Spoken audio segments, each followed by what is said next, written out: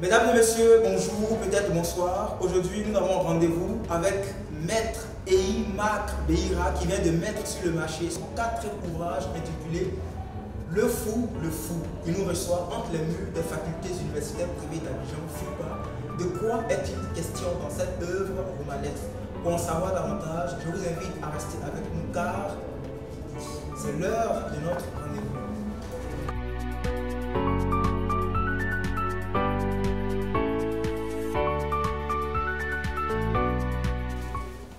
Maître Mak Beira, merci de nous faire le signe d'être avec nous. Vous êtes avocat, mais là, c'est l'écrivain que nous recevons aujourd'hui. Vous êtes donc dans la peau de celui qui répond aux questions. Est-ce que ça ne fait pas bizarre? Pas du tout. D'accord. Je suis habitué à toutes ces choses. D'accord.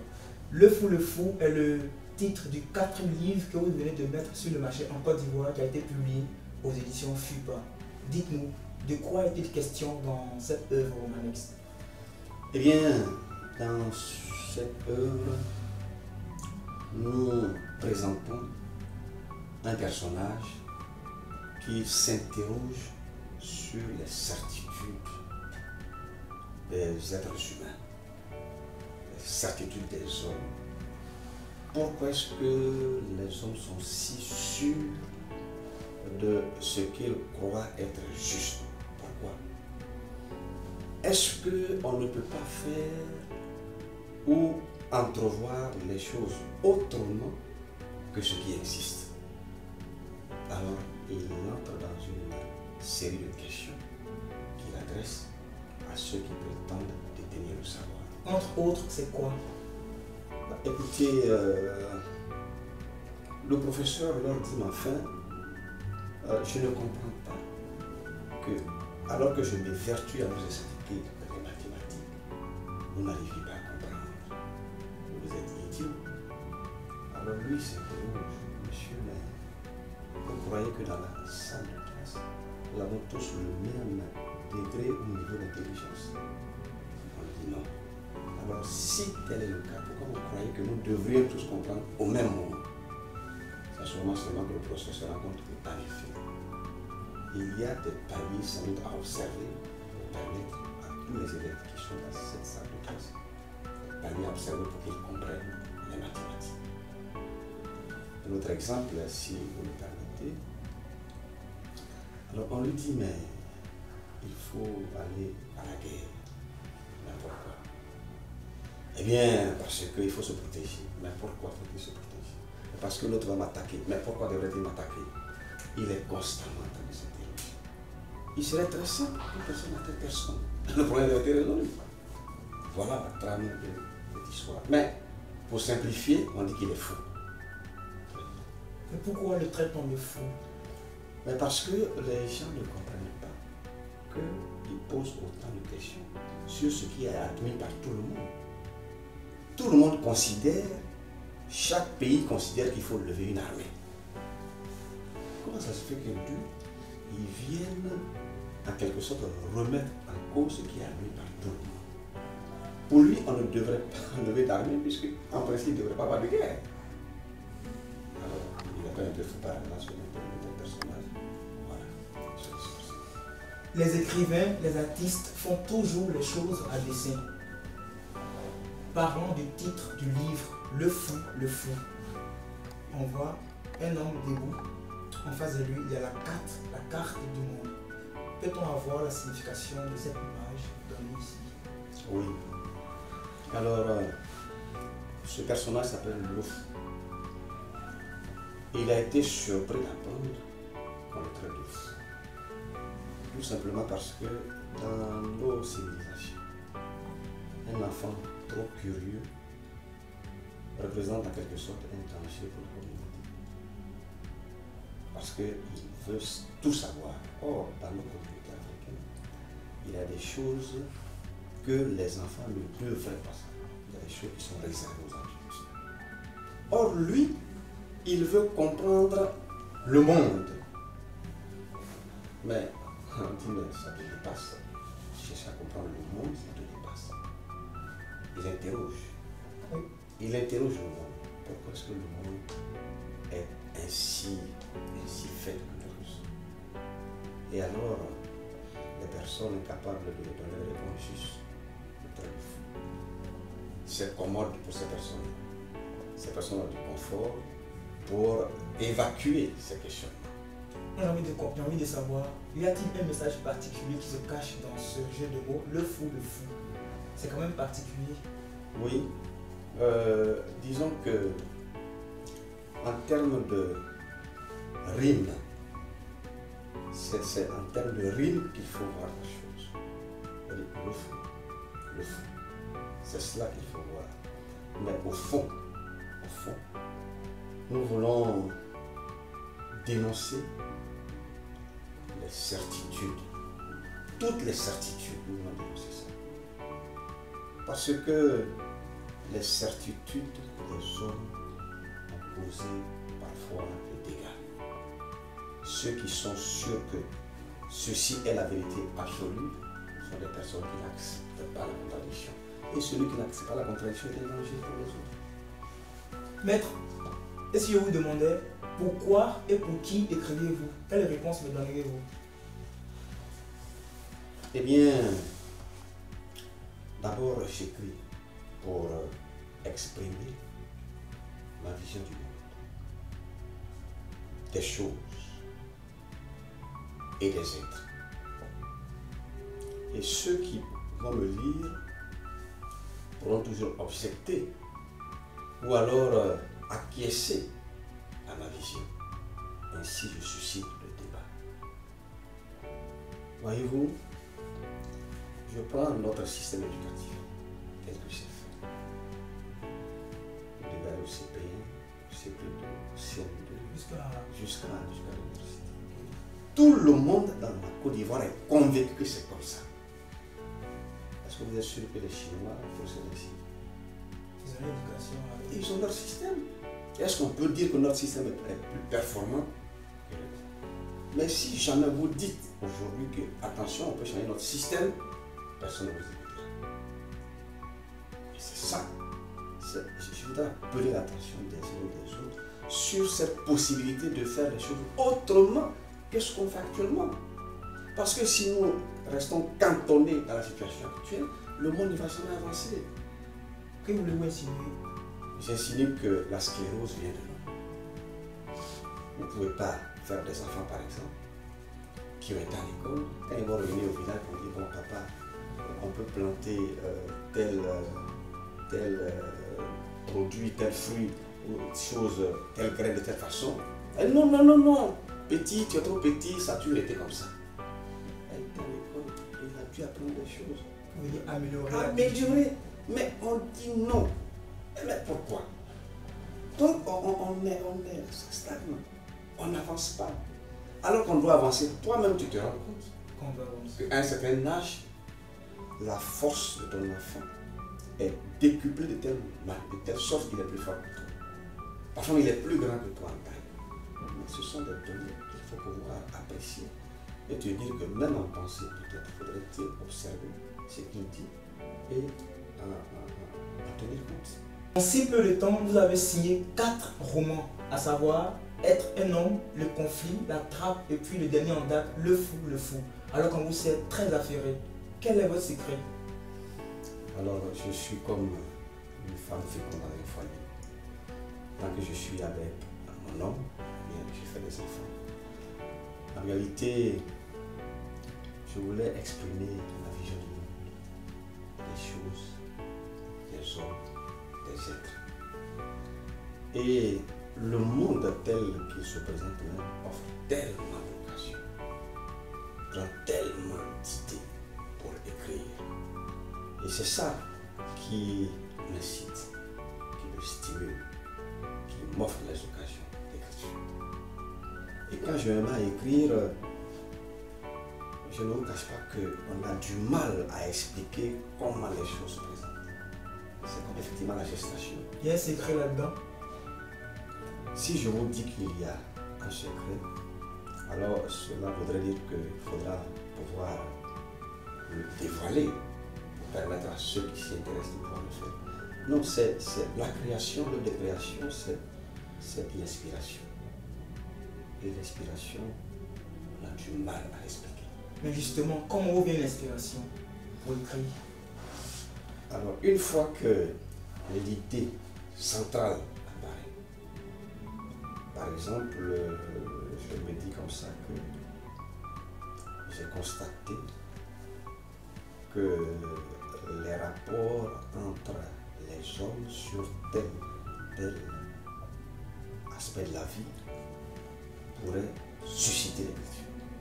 Quand cela apparaît, je m'assois et ça vient tout seul. Je n'ai pas d'effort particulier à faire. Le jour où je vais commencer à faire des efforts, c'est avec que l'inspiration arrive. Pour l'heure, il n'y a pas d'effort à faire. Maître, apparemment le roman est votre genre de prédilection. Dites-nous pourquoi. Parce que tout simplement, je suis beaucoup plus à l'aise dans l'écriture du roman.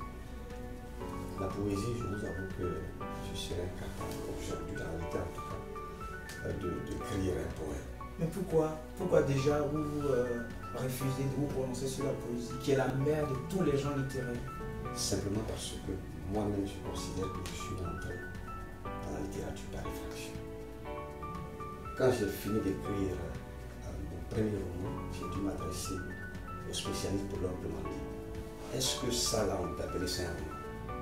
Et c'est eux qui me l'ont dit, on dit oui, c'est tel que c'est présenté avec les personnages et tout ça. C'est un roman. C'est ça qui m'a permis donc d'avoir l'assurance et de poursuivre.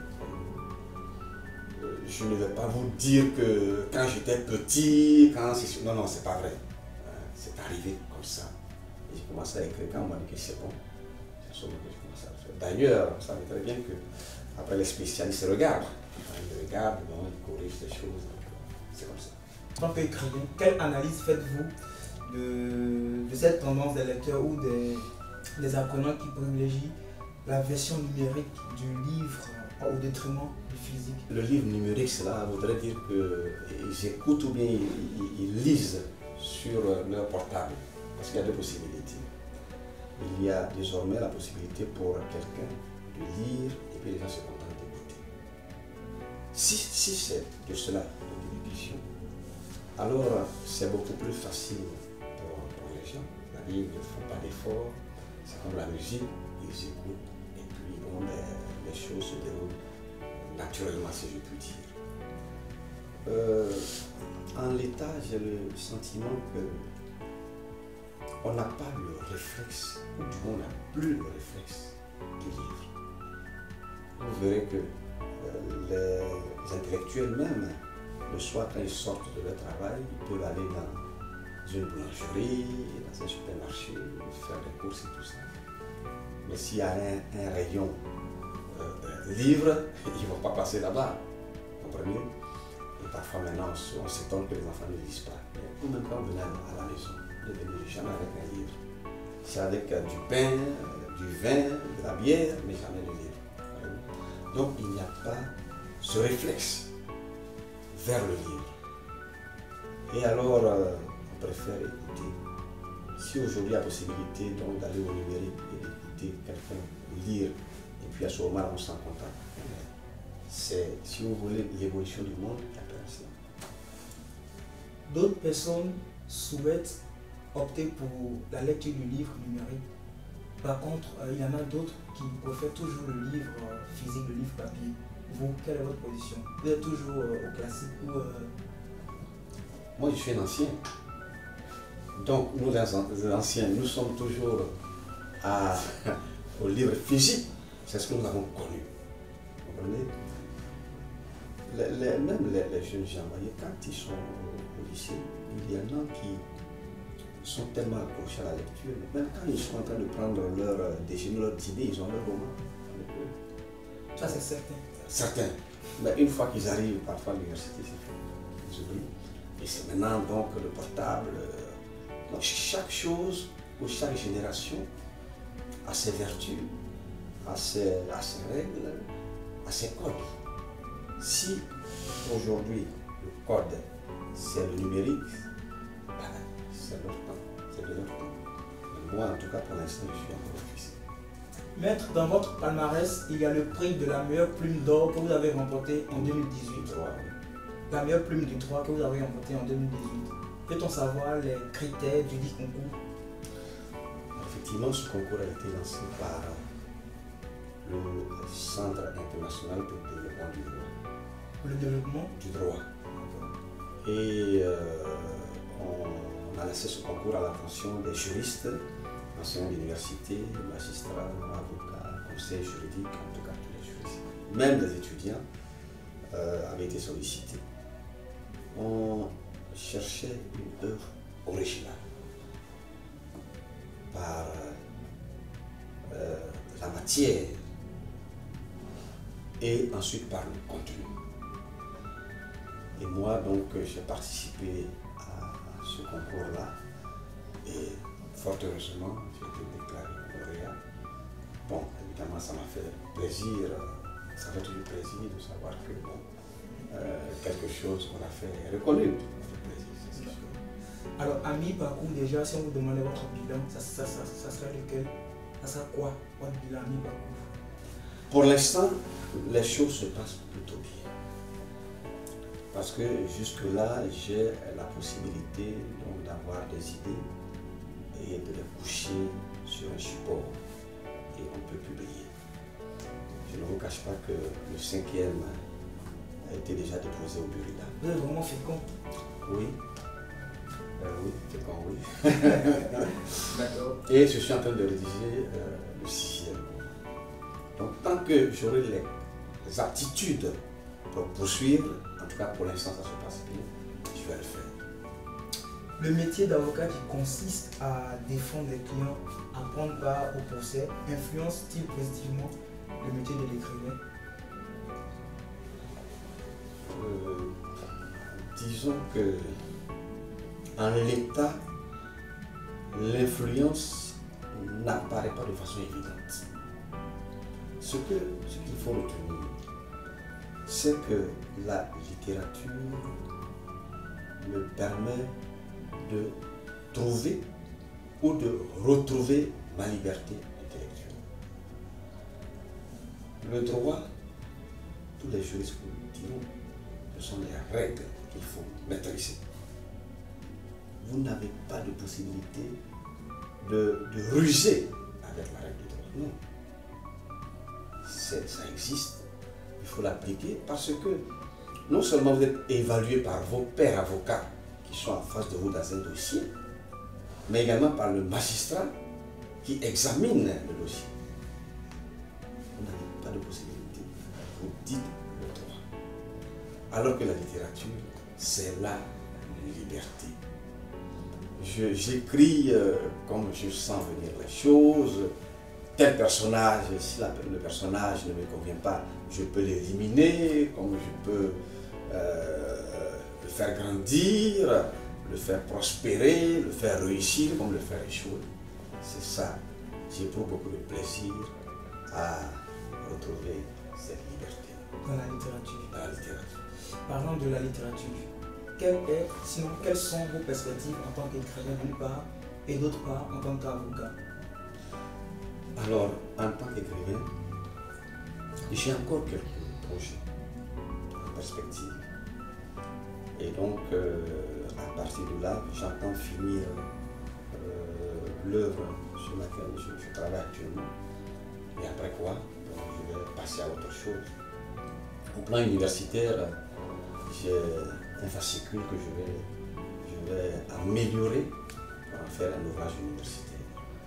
En ce qui concerne la profession d'avocat, eh bien, tant que les clients, parce que c'est de cela qu'il s'agit, tant que les clients me feront confiance, eh bien, je vais continuer à les servir jusqu'à ce que mes forces m'abandonnent.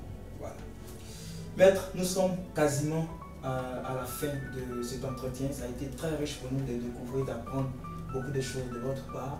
Avez-vous un message à envoyer à l'endroit de vos lecteurs, du public ivoirien ou tout simplement à l'endroit de nos followers? Eh bien, pour ceux qui s'intéressent à la littérature et notamment à mes œuvres, je serais heureux d'avoir leur retour. C'est-à-dire une fois qu'ils ont lu, serais vraiment heureux de savoir ce qu'ils en pensent, parce que ça permet d'améliorer le travail qu'il a réalisé. S'il y a des critiques constructives, faites attention, il y a une faiblesse ici, il y a des forces ici, ça permet à l'auteur d'avancer. Merci beaucoup. Mesdames et messieurs, rendez-vous, c'est terminé pour aujourd'hui. Merci d'avoir été les nôtres aujourd'hui. Je vous donne rendez-vous pour un autre numéro une prochaine fois. Nous remercions La Roche, la marque des visionnaires, notre partenaire de tous les jours qui nous a habillés. Et puis on remercie également monsieur Seka Assaba Paul, il est le directeur des facultés universitaires privées d'Abidjan. C'est lui qui nous a permis d'enregistrer cette émission dans les locaux de cette université. Allez, portez-vous bien et puis on prend rendez-vous.